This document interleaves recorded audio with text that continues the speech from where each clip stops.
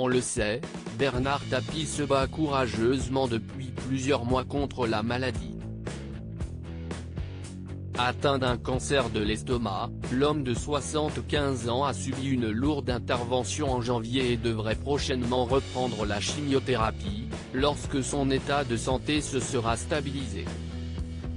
Invité de Marc-Olivier Fogiel sur RTL mercredi 14 février 2018, le fils de l'homme d'affaires, Stéphane Tapie, a réaffirmé son soutien à son père, se voulant optimiste comme sa sœur Sophie lorsque certains s'étaient montrés moins rassurants. Le combat continue et le combat ne s'arrêtera pas. Mais oui, l'opération a été très lourde. Il n'y a pas à dramatiser une situation qui ne l'est pas. Il faut se calmer, il va bien, a confié celui qui évoque un processus logique de convalescence. Il se bat, on lâche rien. Questionné sur l'ablation de l'estomac de son père, Stéphane Tapie a précisé que cela n'a pas été total.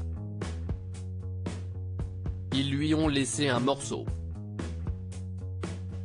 C'est pour ça que je dis quand même que ça a été plus que bien, pour ce genre de grosse opération. Mais il le supporte, il sait ce qu'il y a au bout. Il se bat, on lâche rien, a-t-il ajouté, précisant que son papa avait perdu 24 kilos. Le chemin à parcourir est donc long et difficile, mais tout le clan est uni autour de Bernard Tapie pour lui apporter toute la force nécessaire. Quant à la mort, elle est loin. Va falloir qu'elle rame si elle le veut. Va falloir qu'elle le mérite. Pour l'instant elle ne le mérite pas. Et si elle rôde de près, on lui mettra un grand coup de tête, a poursuivi l'homme de 48 ans dans un sourire.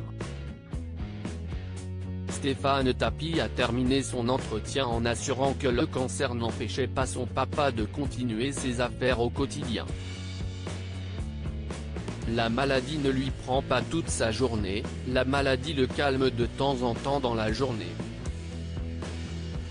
Il s'active, il bosse, et la maladie lui fait parfois « Eh oh, faut que tu ailles te reposer », et ça repart de plus belle. Mais si est lui qui essaye de gérer la maladie, même si elle lui fait quelques petites piqûres de rappel de temps en temps, a-t-il conclu.